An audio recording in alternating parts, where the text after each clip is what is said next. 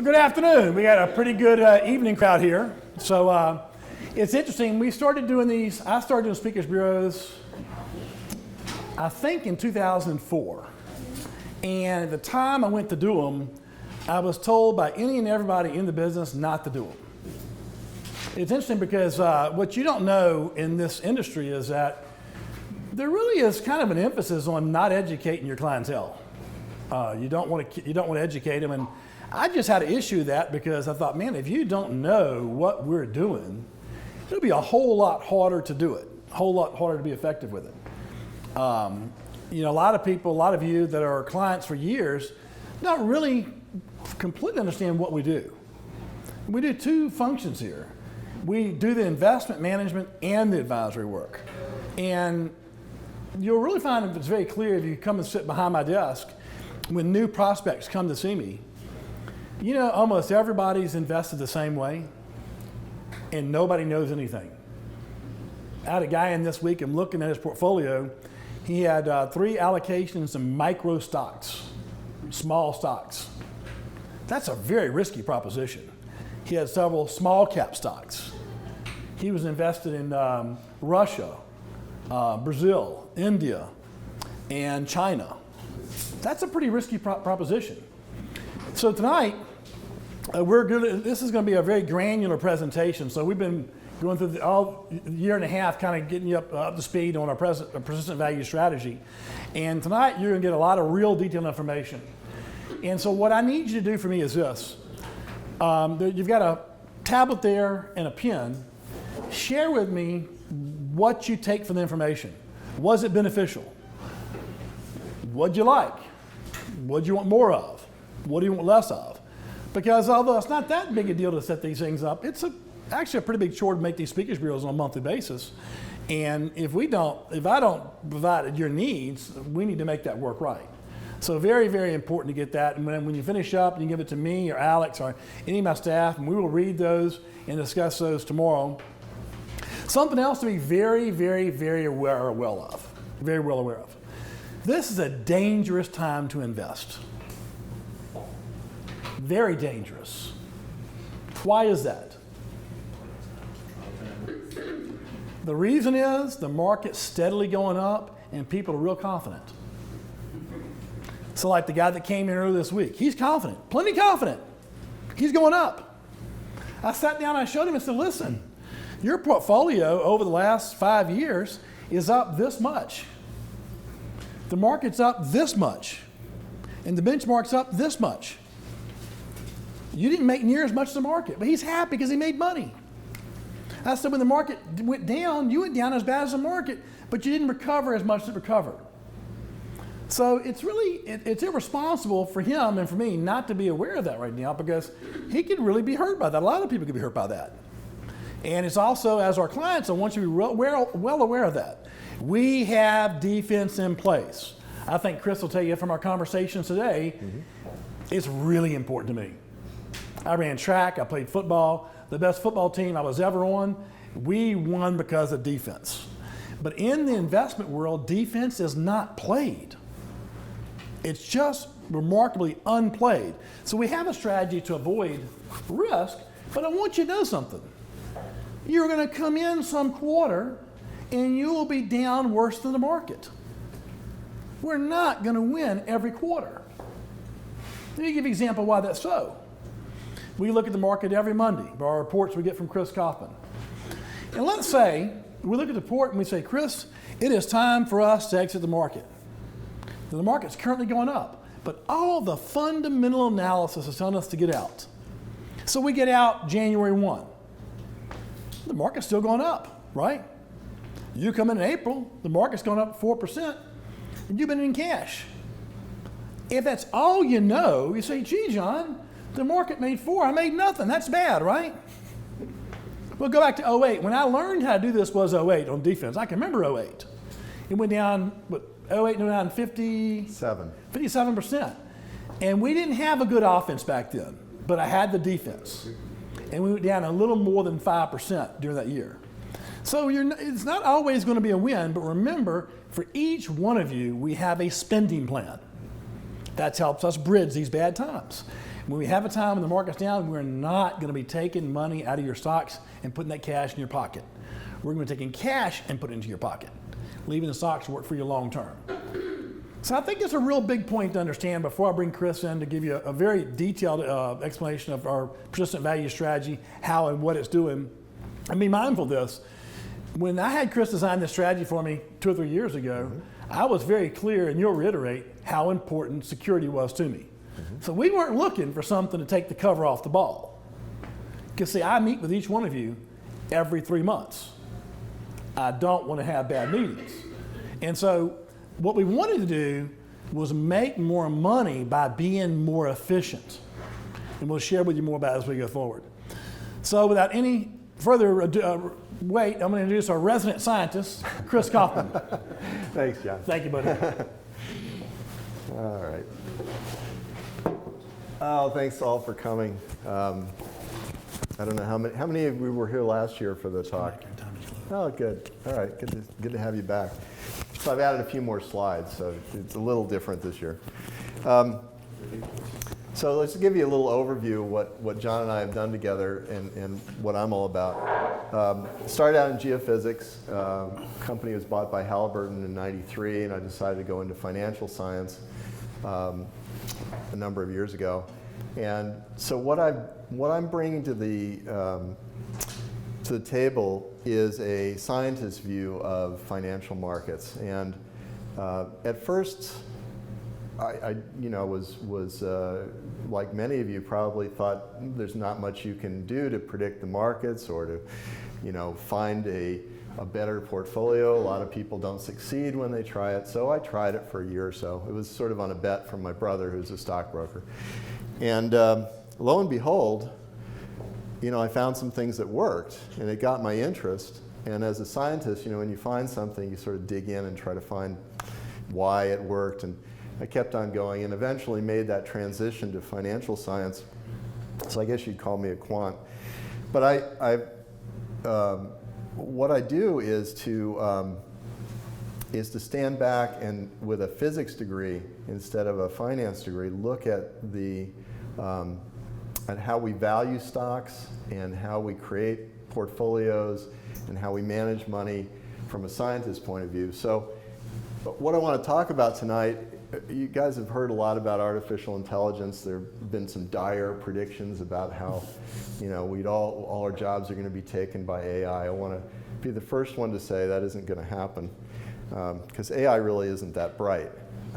It really isn't. There's a lot of misconception about what artificial intelligence is. So how many of you have any math background? Any hands up? Yeah, a few. Okay, so you know what mathematical models look like. And really all artificial intelligence is another kind of mathematical model. And it's an interesting model. And so we're going to talk about tonight what the investment goals are here, how I divided up the investment problem and worked on solutions for it, what artificial intelligence is. I'm going to give you the 10,000-foot view of what it is.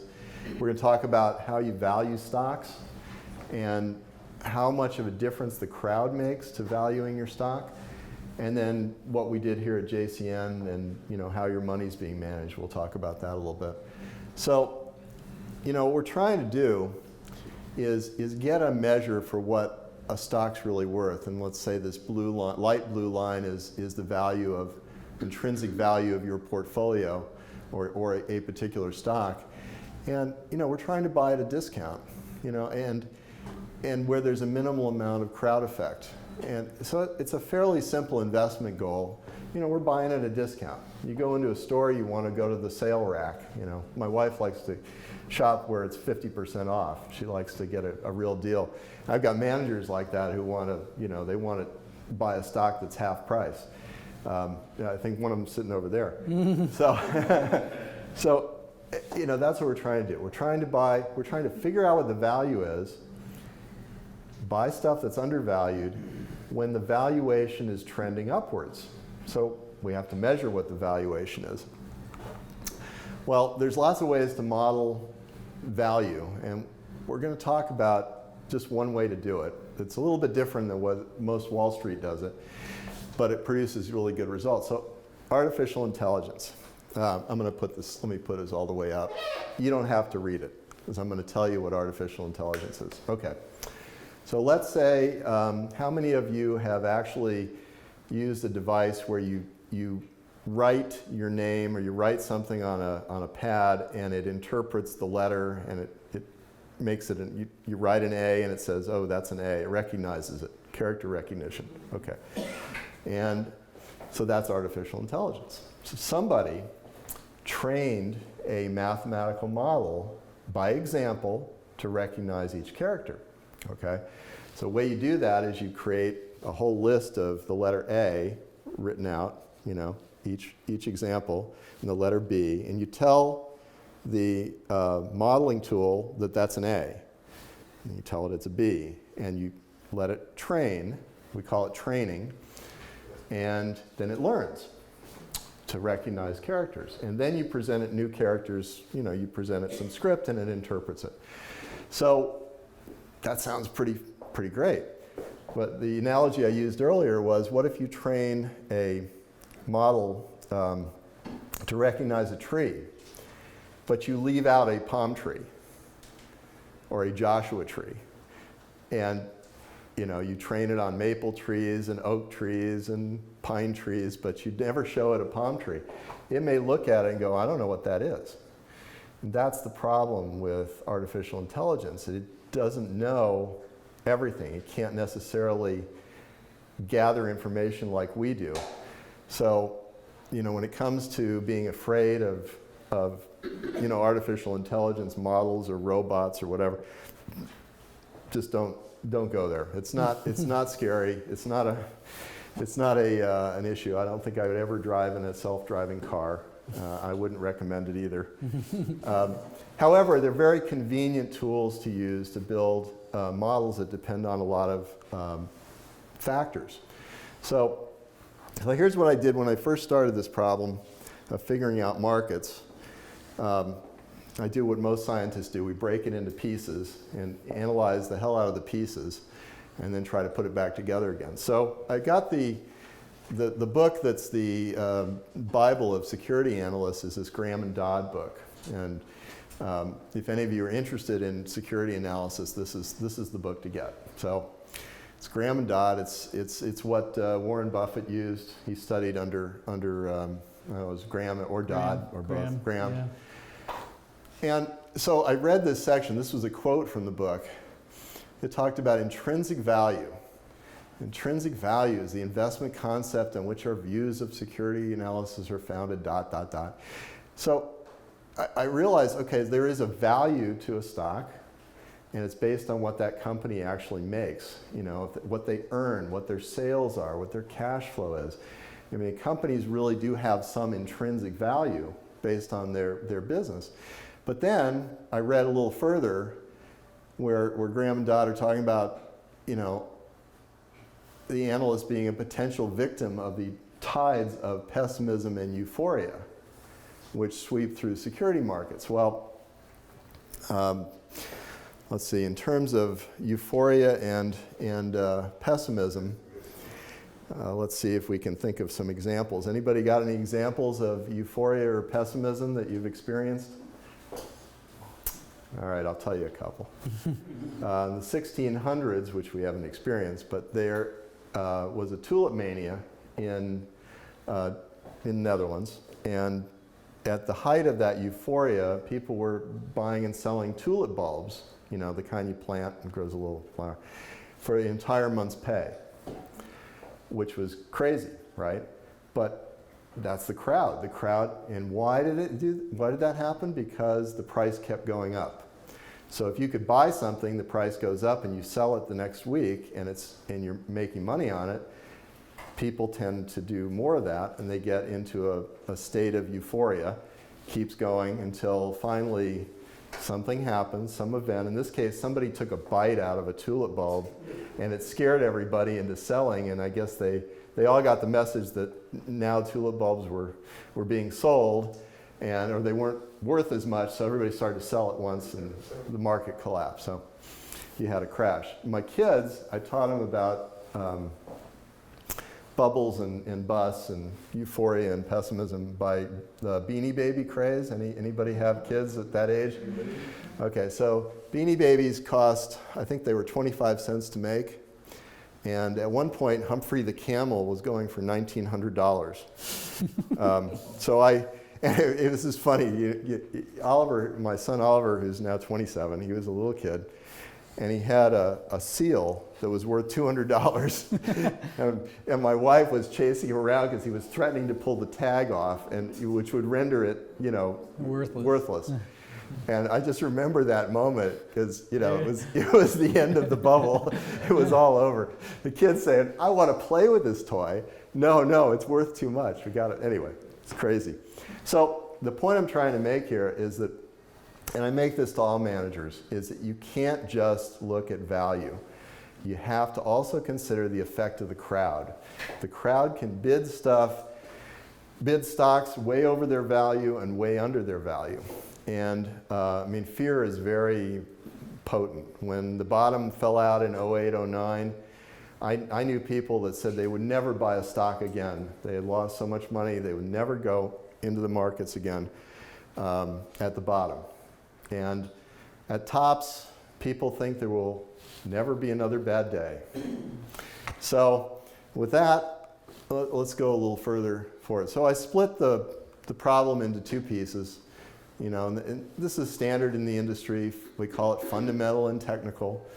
I call it value-oriented behavior, which is buying things when they're undervalued and selling them when they're overvalued. That's sort of, level-headed behavior. And then there's this imitative behavior over here, which is, hey, you buy it because it's going up. You want to chase the price upwards. And your ego gets in the way, and you have denial of the real value. So, and we were talking about Amazon earlier. It's got a price to earnings ratio of 234, I believe, meaning it'll take 234 years for you to earn enough to make up that price that it's trading at right now.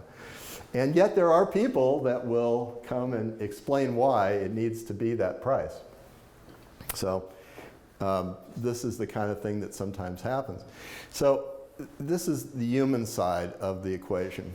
And we have tools to deal with the human side, and we have tools to deal with the fundamental, the value-oriented side. So now I'm going to go a little bit, we're going to put the crowd side away for a little while so you can understand how we're doing the value side. How many of you have looked at Zillow before? Okay. So Zillow, artificial intelligence model, comes out with a value for your house. We all use it. It's great. Sometimes it's not so great. But, what do they look at? They look at what we call factors. What factors are important in valuing your house? Well, how many beds? How many baths? How many, cars can fit in the garage? How big is the acreage? What location is it in? What zip code? Are we in Baton Rouge or are we in Beverly Hills? Interest rates, that's how affordable it's going to be. If the interest rates are going up, you're going to afford less home payment. Market demand, taxes, demographics, who's buying in this area. All these factors, plus, they look at comps too, which is, prices of homes near you. All of these factors lead to one number, which is how much your house is worth. And we call these multi-factor models. So there's a number of factors. They all contribute to one answer, which is the value of your home. And there are lots of ways in mathematics to do multi-factor modeling. I am choosing to use artificial intelligence, which is what we call non-parametric modeling, which is a simple way, it's a simple modeling technique. It learns by example. So what we feed it are the things that are components or factors that you have to consider with stocks. We have to consider debt, interest rates, what industry the stock's in, cash flow, book value, earnings, inflation rates. There's a few more factors that aren't on the graph. And so what we do is we train the model, or these neural nets, we train it in this sector or this industry What are the factors that were present at the time that the market priced it at this price? And we give it tens of thousands of examples. Think back to training a model to recognize trees. I'm going to give it thousands of examples of pictures of trees, and I'm going to have it learn, and then once it's learned, we're going to ask it to work for us, to actually produce values for us. So, and a concept comes in here which I should explain, which is in sample and out of sample. So when you train, you're using a sample of data. In our case, we use the 80s and the 90s, 1980s, 1990s. So our model has been trained and been used since the 90s, since 2000, and has not been retrained. So all that period of time where it's telling us what stocks are worth, it is what we say is out of sample. It's never seen that data before. So, and why did I do this? Well, I had a project in 1990 from Bankers Trust to figure out what IPOs were worth. You all know what IPOs are, initial public offerings. So they wanted to know, based on the fundamentals of that company and the sector and industry it was in, what should the market price be? Well, it seemed like an interesting project to do, and I did it. I used this method. This is when I first created it. And it would typically come out and say, well, the IPO should be valued, let's say, at $30. But they were trying to bring it public at $40 or $50. And this happened over and over. They were really pumping up the price, inflating it somewhat before they were bringing it out. And so they weren't that interested in this idea. So ended up, I kept the model. Well, I thought this model wasn't going to be predictive of anything. I just thought, well, it's there to value what stocks are worth, but so what? So what if it's worth $50 today? Well, it turns out if it was worth, I'll get to this in a second. So if it was worth $50 and trading at $30, it tended to move towards $50 over time. And that was something that was a surprise, because as most of you probably would think, or intuition, or a book on finance might tell you, the stocks are efficiently priced. They are trading what they should be trading at. Well, it's not true. And a lot of journals have now, a lot of studies have found that stocks are not efficiently priced. But this was a big surprise for me, because being a scientist coming at this, I had read some of the original work done and thought that they were going to be efficiently priced. Anyway, long story short, the drift towards value was enough to beat the market by up to 5% a year. And that was enough for the managers I was talking to. They said, hey, you can beat the market by 3 to 5% a year. I could use this. I need it. So I made a product out of it. And this was back in the early 90s. Now, one of the things that comes out, and a lot of people say, well, neural nets are kind of like black boxes, and we don't want a black box. Well, they are and they aren't. They also answer questions. I mean, once you train them, you can say, well, what do you think? Mm-hmm. And so what we did is we asked them what they thought about, which inputs were the most important. And lo and behold, we get earnings and book value, earnings for the 12 months and book value, the most important factors. Well, Benjamin Graham from Graham and Dodd had put forth a simple model called the Graham number, and he only used 2 factors in that Graham number, and everybody, Warren Buffett included, uses Graham and Dodd, and those are the 2 that are the most important. So in asking the question to this black box, we got an answer that showed we were matching what Benjamin Graham had found. So that was a good thing to see. And then these are the modeling tool I used throughout any factor that wasn't useful. So the original model had about 34 factors in it, and they were all the ones that were cast out were not useful in figuring out the value. So these are the ones left over, including such things as sales, debt, inflation rate, which industry you're in. You know, things you would expect are important. So the question is, how well did it work? This is what it looks like to John on his computer. He sees these purple ticks that show what the value was at the time. And the little tail goes back to when that quarterly report came out, which is not very informative. But then you notice this little bubble up here. That's due to people bidding this price way up over what it was really worth. And we pay attention to that. So when I talk about risk, I think if I'm sitting up here at 130 and my stock is worth 90, that's my risk. So that's what I consider risk. And I think you should consider it risk. So what happens next? So it's fine to have a model, but if it's not predicting anything, no big deal. So this is a study we did a long time ago. It was 1989 to 04, and we took every stock that was over 250 million market cap, which is a lot of stocks. There were thousands of them, and we looked at what would happen if you just bought every stock, held it for a year. You made 9% on average for the year. And this was a period, 89 to 2004 included. It did include the dot-com bust, but it also included the 90s, which were pretty good up move.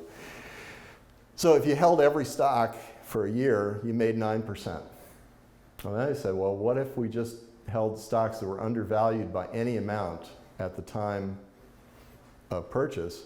You get the pink line, which goes up to 13%. This is the first result I had back in 91 or 92 that I showed the managers, and they said that's the difference we can use to manage money.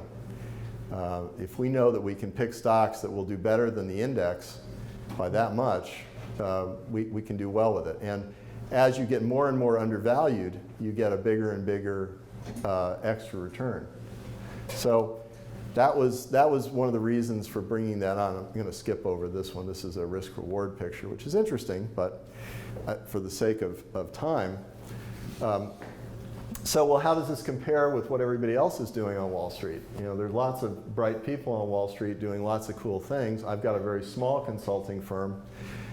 Ford Equity has a very big consulting firm, and they have a model that many, many people use on Wall Street, professional money managers.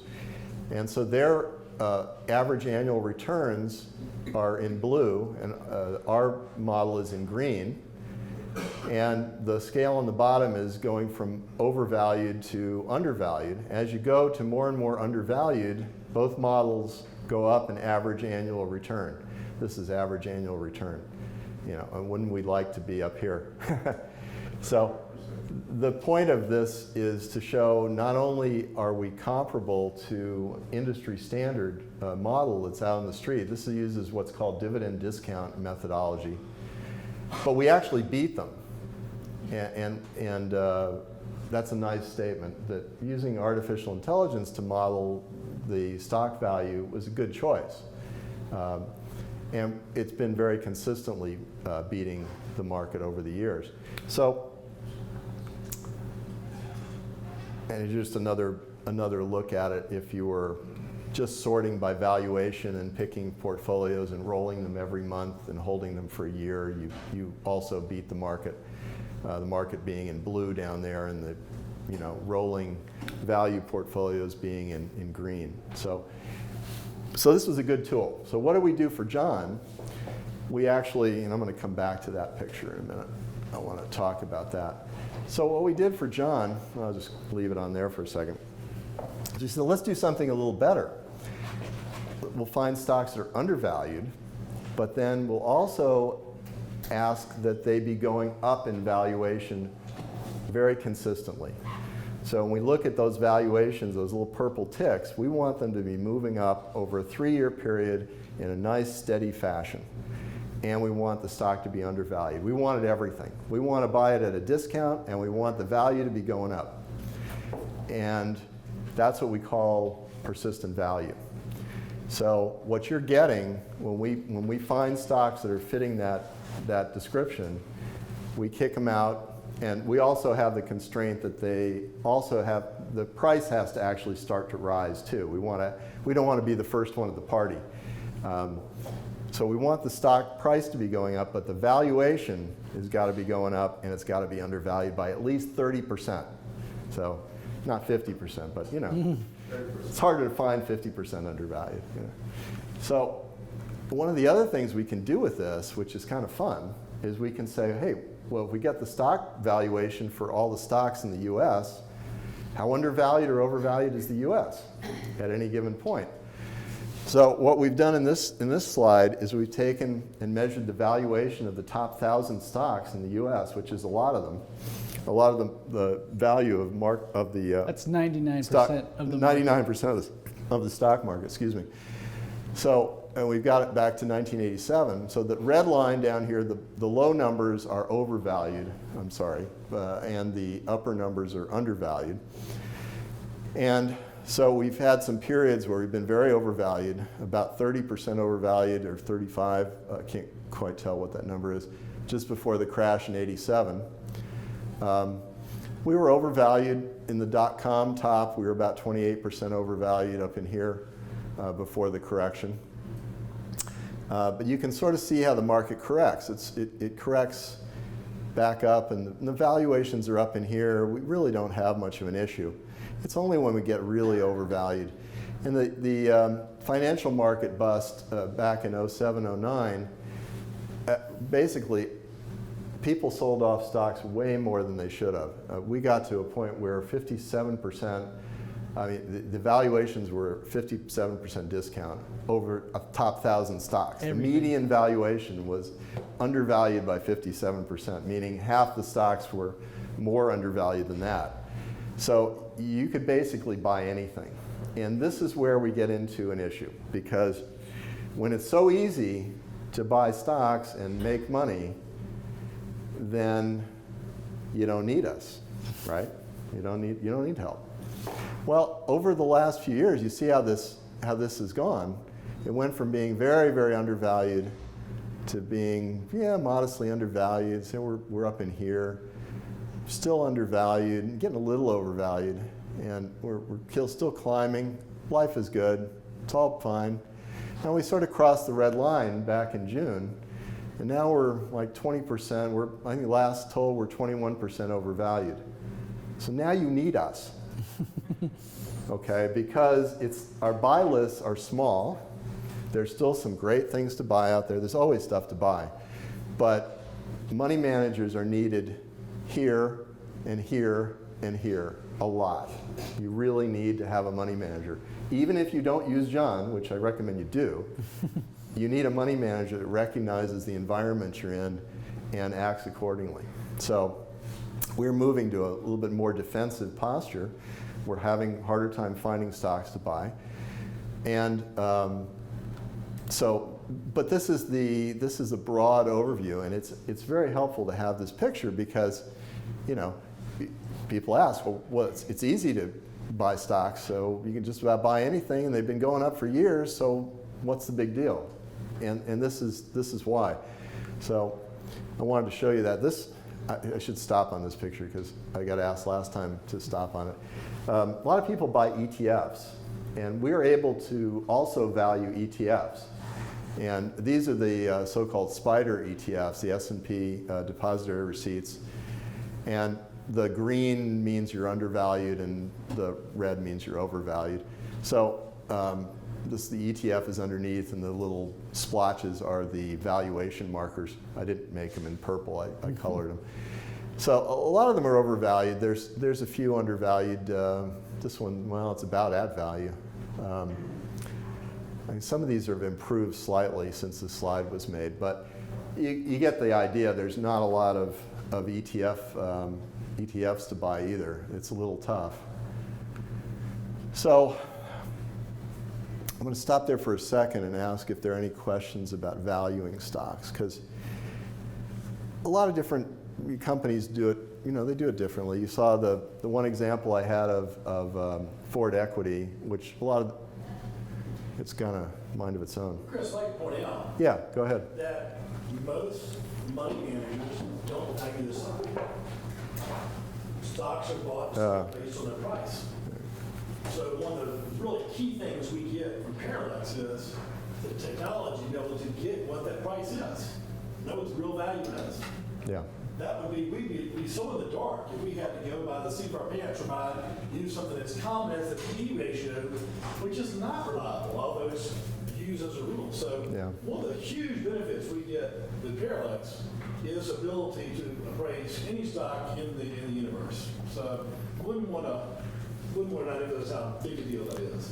Yeah, well, it helps to know. I mean, and a lot of you came in the door with portfolios, and probably the first thing Alex did, or John, was to value your portfolio and see what it was worth, see what the risk level was. Now, in a lot of this is statistical. I mean, not every stock that's overvalued is going to go down. Not every stock that's undervalued is going to go up. But on average, they do perform that way. So you don't want to have more risk than you are willing to take on. And so, just let me comment on that slide. So back to it for a second. I love this slide because it just shows the, pessimism and euphoria issue where, somebody on this side is saying sell and this is madness. I can't take it anymore. Goodbye. Goodbye. Bye. Bye. Bye. Bye. Bye. Bye. So people are silly, and this is how manias start or end. But this is how I look at the market. And what we've really been talking about tonight are what I call market dynamics. There's what the stock's really worth over here, and what the crowd feels it's worth. Now, I'm not going to talk a lot about the crowd effect stuff, which is where most of the science is. It's really my biggest interest is on this side because it's so incredibly cool. It's the best way to put it. But you can sum both of these sides up by thinking about feedback. How many of you know what the word feedback means? I've experienced it in some manner. Okay, that thing over there on the wall is our feedback device. It's a negative feedback device. So we set the temperature, and if the temperature goes up, the air conditioning comes on and cools us down, which is feedback. Go ahead. So it goes up and down. It goes up and down. Right. So that's what we call negative feedback. And there can also be positive feedback. And you'll understand why I'm talking about this in a second. Positive feedback examples. Anybody got an example of positive feedback before I tell you one? Oscillator. Oscillator, yeah, okay. Any others? Microphone in front of a speaker, an amplifier. You put a microphone in front of an amplifier, make a little noise. The noise goes through the microphone and is amplified out, goes back into the microphone. So the outputs become the new inputs, and it just keeps building as you go. Well, an avalanche is also a form of a positive feedback loop. But think about taking a sand pile, and you drop grains of sand on it.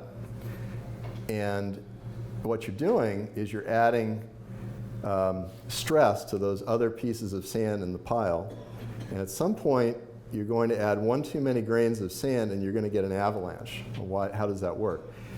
You add the last grain, and it stresses the other grains around it, which break and move, and stress the other grains around it, which break and move, and you get an avalanche. Okay.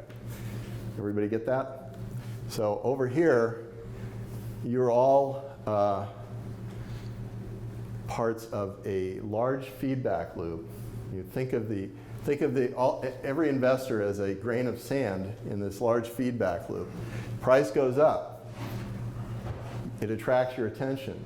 You decide to buy, which makes price go up some more. So you decide to buy, and it attracts more attention. New people come in to buy, price goes up more, and so on and so forth. Now, what does that look like? That looks like an acceleration. In science, we call it acceleration. But it's an emotional. Unstable positive feedback loop. So you're getting you're getting an acceleration either up or down. It can work the other way. You sell because you're scared. Price drops. It attracts attention. People go, oh my God, I got to sell too. That drops, the price, and you keep going until finally everybody's out, and you're all happy that you've exited. So, because markets are made by people, we get these effects. This is what we call the crowd effect. And the crowd effect can be very strong, and we can measure it. And this is a tool we borrow from chaos theory called the Hurst exponent, which is really another name for fractal dimension, which is really a complicated subject. But to make it very simple, if it's a positive feedback loop, you get trends. And if it's a negative feedback loop, you get what's called mean reversion. You revert to the mean. Every time you get away from the average, you go back to it, and you go a little under it, and you come back to the average, you go past it. So you stay in that negative feedback environment like a thermostat. Okay, that's over here. Then there's random movement, which, most of the academics would make you believe is what markets do all the time, but we don't see that. People tend to follow the crowd. The crowd likes a stock, they buy it, it goes up, more people come to it, you get a nice trend. Well, what Parallax has done is investigate what happens at the end of trends and what happens at the beginning of trends. These periods where you're moving, back and forth usually end at a critical point, and the trends will also end at a critical point. And this is where statistical physics comes in, and I'm not going to go into that today, except to say it's really cool.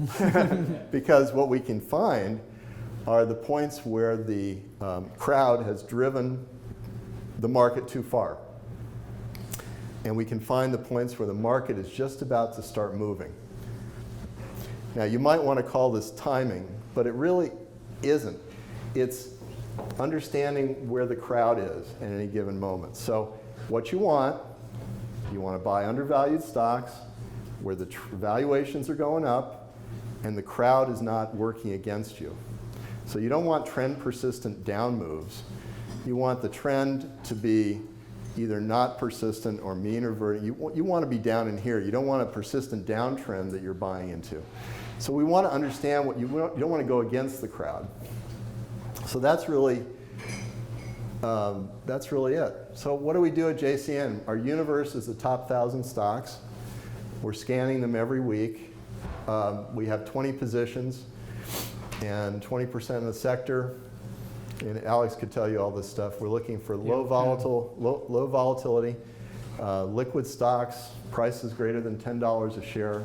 We want persistent 3-year valuation uptrends. We want very nice, persistent uptrends. The stocks that get added to your portfolios have valuations that are ticking up at least over the last 3 years, very consistently, persistently. So a lot of this strategy is really, you can think about it in the opposite way. It's about what we don't invest in. Most people buy the entire stock market, and you're going to get all the good companies and all the bad companies at the same time. Well, if a company is losing money, what's the management's options? Fire people, sell more stock. They don't have any strategic decisions that can help the stock go up. So just logic prevails that you want to invest in companies making a profit. That's the bottom line. And so by isolating ourselves in big companies that have the durability through different economic times and avoiding small caps and even foreign companies, it sort of makes it easy to build a shopping list because you know what you're buying is a higher probability of doing something good for us. Undervalued by at least 30%. That's right. the dividend, the discount rack. Right. And we also have a constraint that the prices need to be showing some rising. They have to be moving a little bit to the upside. We don't have much of a constraint on timing entry at all, but we do want to see some movement to the upside before we buy it. And then if the volatility is expected to be low, then some excess cash goes into a SPY market ETF. And and obviously we don't use any margin. Now this is where I start proselytizing. I'm not a believer in robo investing, even though I had some fun with New York Society of Securities Analysts. I gave him a talk called the Self-Driving Portfolio because I wanted to tweak him a bit. But really, you need to have human oversight in your portfolio. Imagine, I don't know, how many of you know about the flash crash? That was a few years ago. Anybody experienced that? Flash crash. That was intraday. The market just dropped like a rock, and then it came all the way back. And it basically, well, you know why that happened? Someone put too many zeros, too many zeros on a in the machine. cell, right, and instead of selling 80,000 shares, they sold 800,000 shares.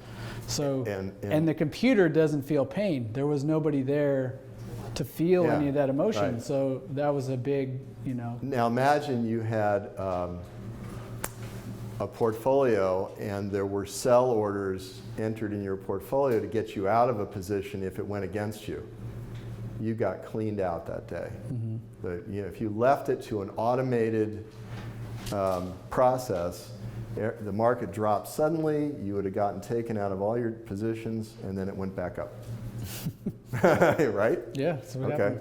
And then there was the election night. How many people happened to look at what the market was doing election night? Okay, it dropped 100 S&P points early, came all the way back and went up, and it's been going up ever since. Well, if you had a robot handling your portfolio, you might regret it in a situation like that. Yeah. So I'm a big believer. I mean, a good example now oversight. is Equifax, like you mentioned Right. earlier. If you just look at the numbers, It's undervalued. it's undervalued, and they run that company pretty well. They make profits, but it's a special situation that a robot doesn't know about. It doesn't read the news. It doesn't understand. You guys all know about the hack on Equifax? Yeah, okay. Yeah. So that's that final layer of oversight is something that me and John really spend a lot of time with. Is So what we do is we automate doing. what we can automate. Right. We give them the stock picks. We, recommend a list, and you go through it. You vet those stocks, and I recommend that that's the best way to do this. Can any stock meet that criteria, or there's some that'll never meet that criteria? There's some that will never, basically. Price. If it's a really low price stock, it might have trouble for a while. A good example is like a really mature company, like Campbell Soup. They just don't have growth. I mean, how much more soup can they ever really sell? So, that's just one good example of just a really mature company. The valuations can never really start going higher because they're just tapped out. There's only so many things they can do to try to get going more.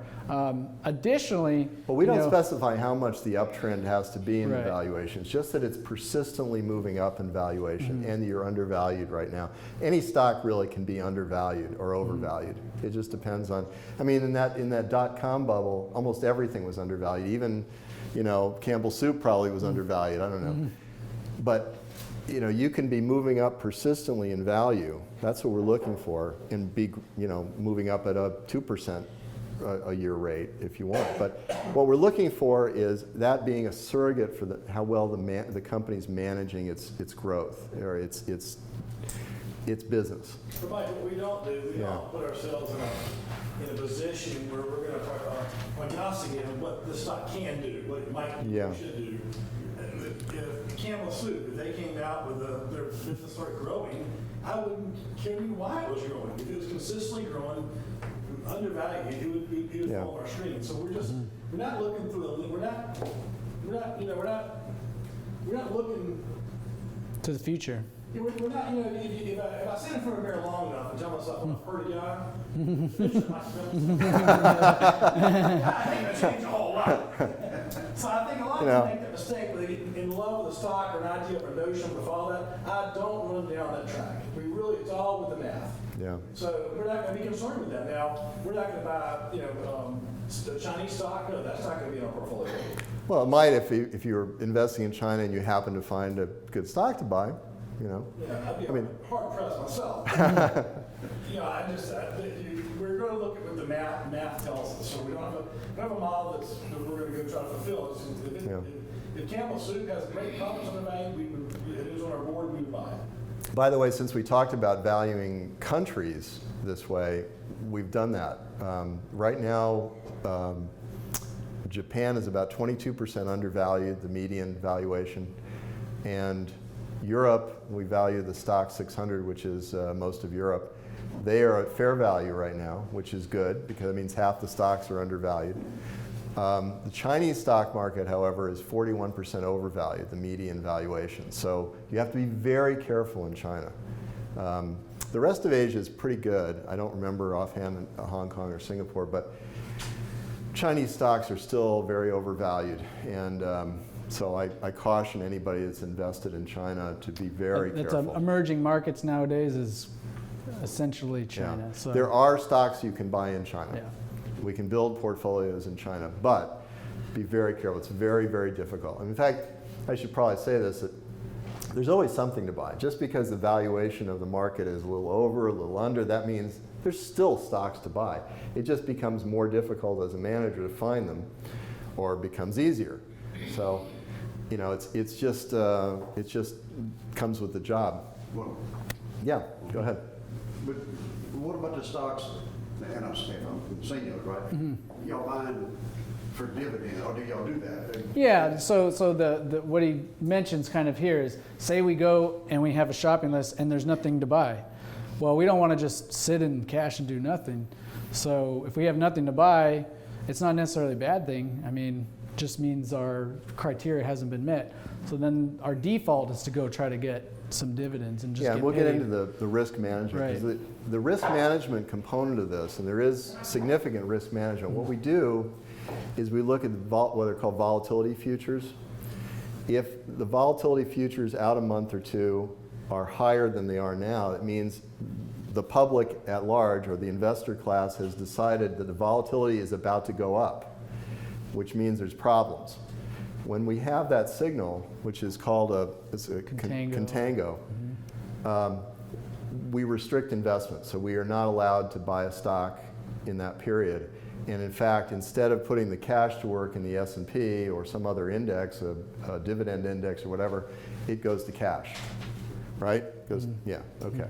So it's a defensive posture. And then on each individual stock, we have risk control, which is what looks like stops and targets. And I'll get to that in a second. We'll talk about how we control risk on each stock. But here's an example of two stocks. I did a talk in June at, how many have watched TheStreet.com, you know, Kramer's show? I was on TheStreet.com in June, and they were trying to get me to say that there was going to be some sort of crash in the market. And I said, no, the market's a little overvalued, but there's cool stuff to buy.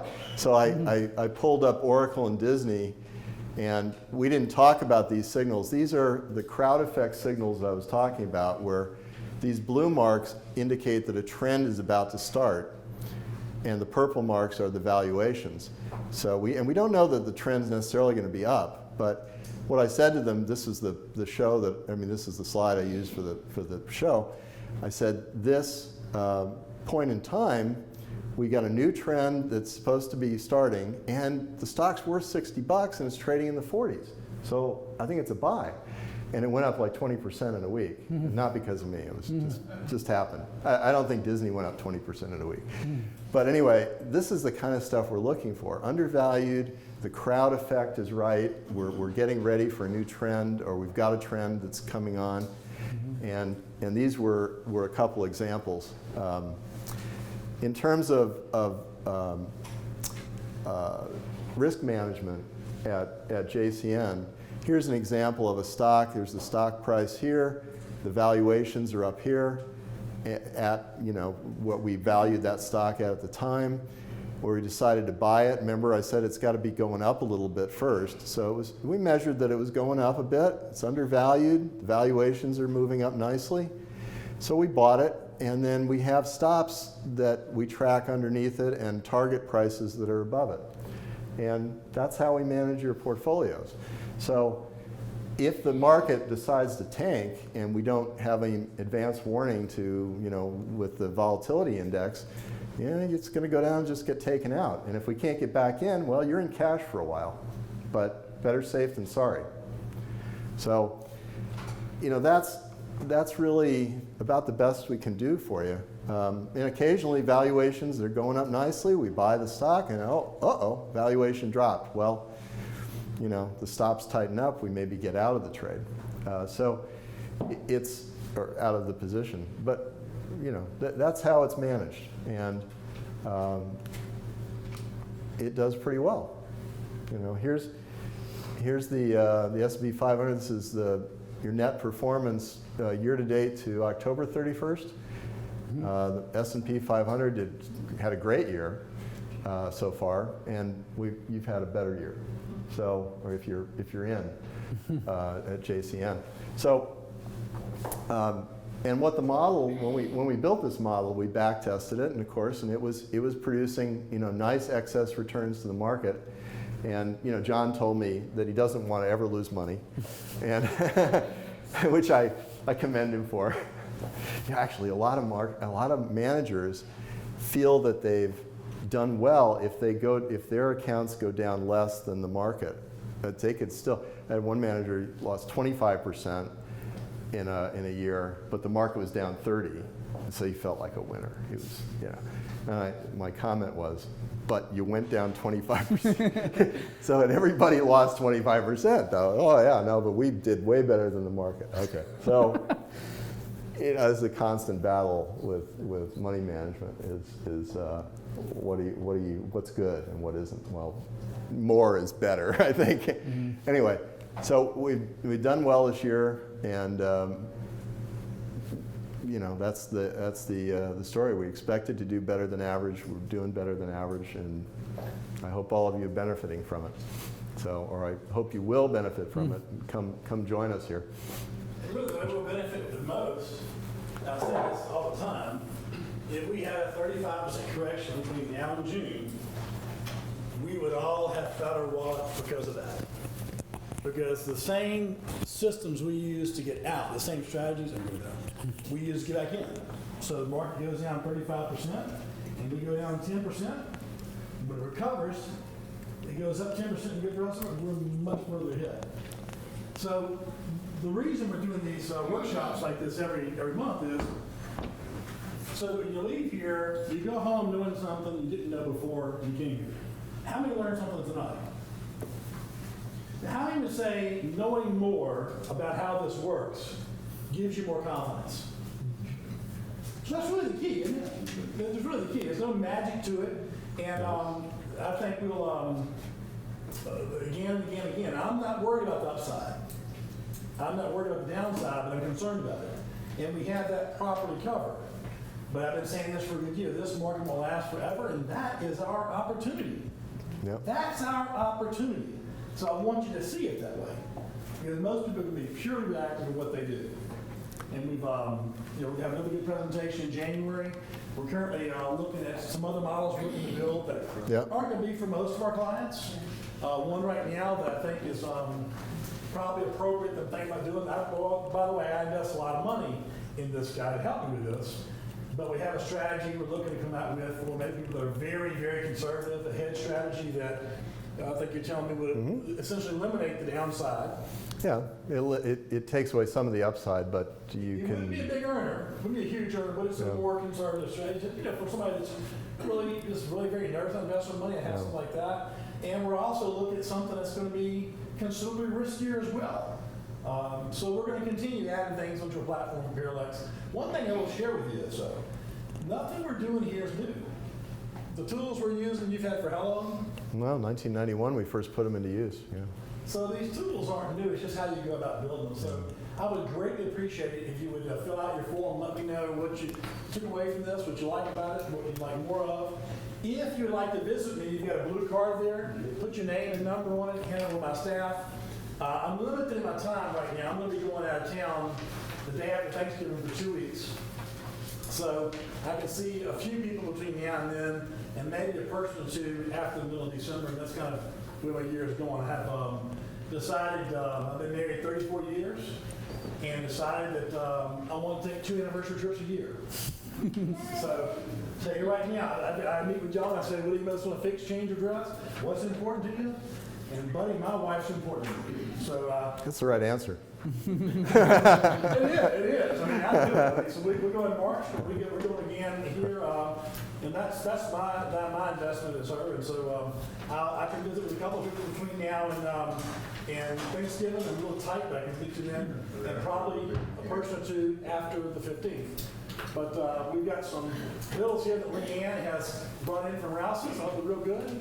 And be sure to hang around and visit myself, or Alex, or Chris, or whoever else you like. And Yeah, if you've got extra questions, stay around and ask. Sure. Yeah. Go ahead. Chris, I have a question for you relative to money managers. Yeah, sure. If you look at the indexes, the three common indexes, the Dow, the NASDAQ, and the S&P, right? Mm-hmm. Yeah. The S&P is generally, I can't remember when it wasn't the lower of those three indexes in the game. Yeah, okay. Across the board, everybody is pointing to the S&P and saying you can't beat it. Well, I mean, we know John is beating it, so that's not a question. Yeah. Well, most money managers are institutional, and they have very large holdings. And so they have to pick the most liquid stocks, and they tend to be forced to diversify by the people that give them the money to manage. So they have settled, pretty much all of them have settled on the S&P as the benchmark because it's the most liquid, it's the biggest. I mean, I know some managers use the Russell 1000. I mean, one of the things I was going to say is where we use this for many years was in a money management business where Parallax was that was our only client. We didn't release the software or do consulting with other companies, and they were only benchmarked to the Russell 1000 for many years. So it just depends on the money manager and what they adopt as a benchmark, and they're usually encouraged by the people that are giving them the money to manage to choose one of the big benchmarks like the S&P. But I could go into a long talk about institutional money management. They try to, curtail money managers from doing what they need to do. They put them in what they call style boxes. If you're a large cap value manager, you better stay in large cap value or we'll take the money away, that kind of thing. You better be 95% invested all the time or we'll take your money away, that kind of thing. And so I really resent that because the investors need to be represented. The people whose money it is. If your money manager is in something that he knows it shouldn't be in because he's going to lose that money, yeah, I'm proselytizing. I shouldn't be doing this. Anyway, that's my take on institutions. It comes down to this. Yeah. If, as an example, you got 1,000 stocks in the S&P and more, okay? Okay. If the money manager took the bottom 25%, the most risky looking, how in the world can he not beat the index? I don't understand this. Yeah, but your risk level goes up. Performance is more than just the amount of gain you get. It's also the amount of standard deviation, right?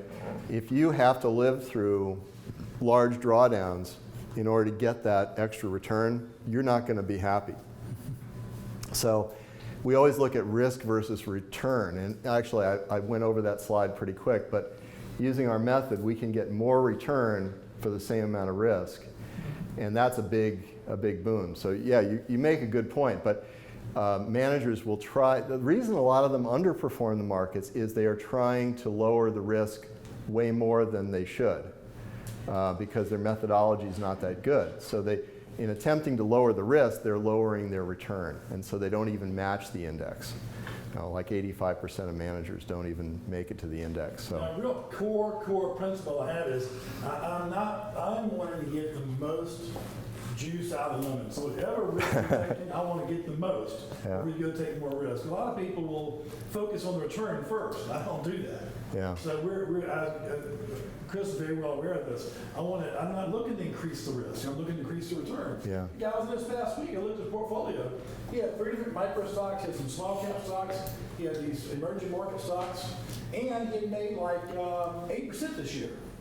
So he underperformed the whole market. He had highly risky things, but he was happy because he made 8%. Actually, as a good example of what you're talking about, people invest in the dogs of the Dow or the bottom tier, really overvalued stocks.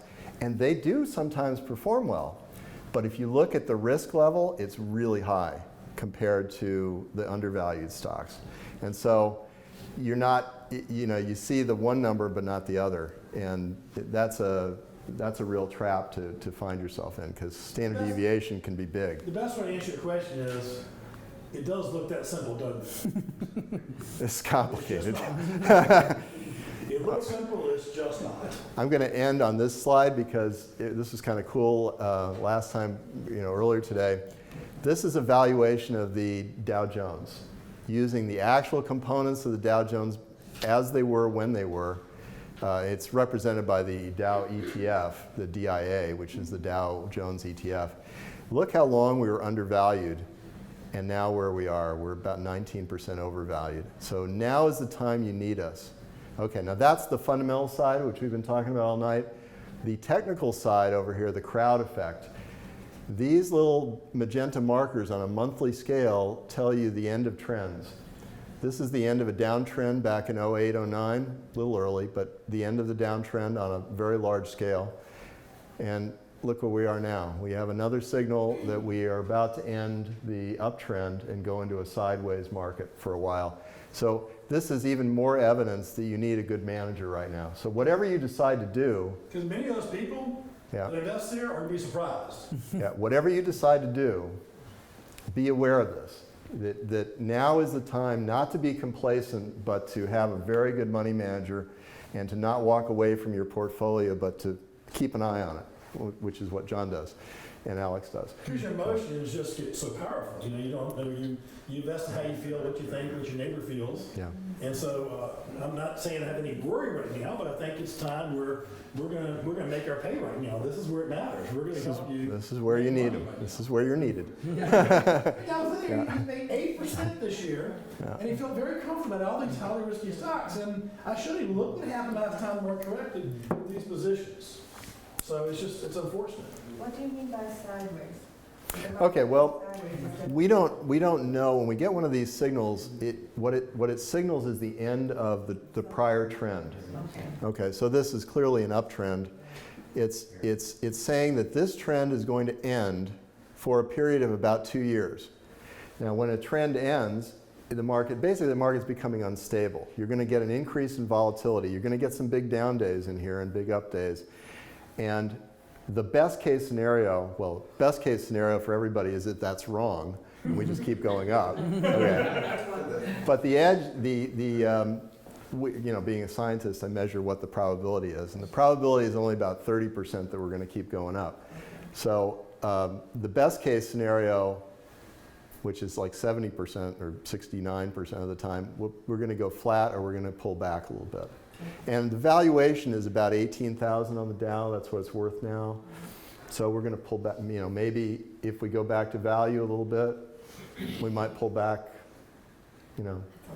Yeah. But what you're doing right now is it is. I don't mean to scare you, but I'm trying to make a point that you need active management at times like this when everything seems good. Because you're asking questions. It's a little too good. You're leaving that question knowing more than ever before you came in. Yeah. So that'll make you a better investor, have you be happier. Yeah. I mean, I've got clients been here since 2003 now, right? You can't make them worry about anything, but they have plenty of time to learn these things. So I find what Chris does just fascinating because it gives me some gravity on which to work. And I hope that as we keep doing these every quarter and once a year, that it continues to build your level of knowledge. I'm not going to hold you away from the middle thing longer because Leanne's keeping those. Yeah, let's go. But get your form to either myself, Alex, one of my staff, and we'll get it filed away. Yeah. Thank you. Thanks, everybody. Appreciate it, buddy. Yeah, no problem. That would help.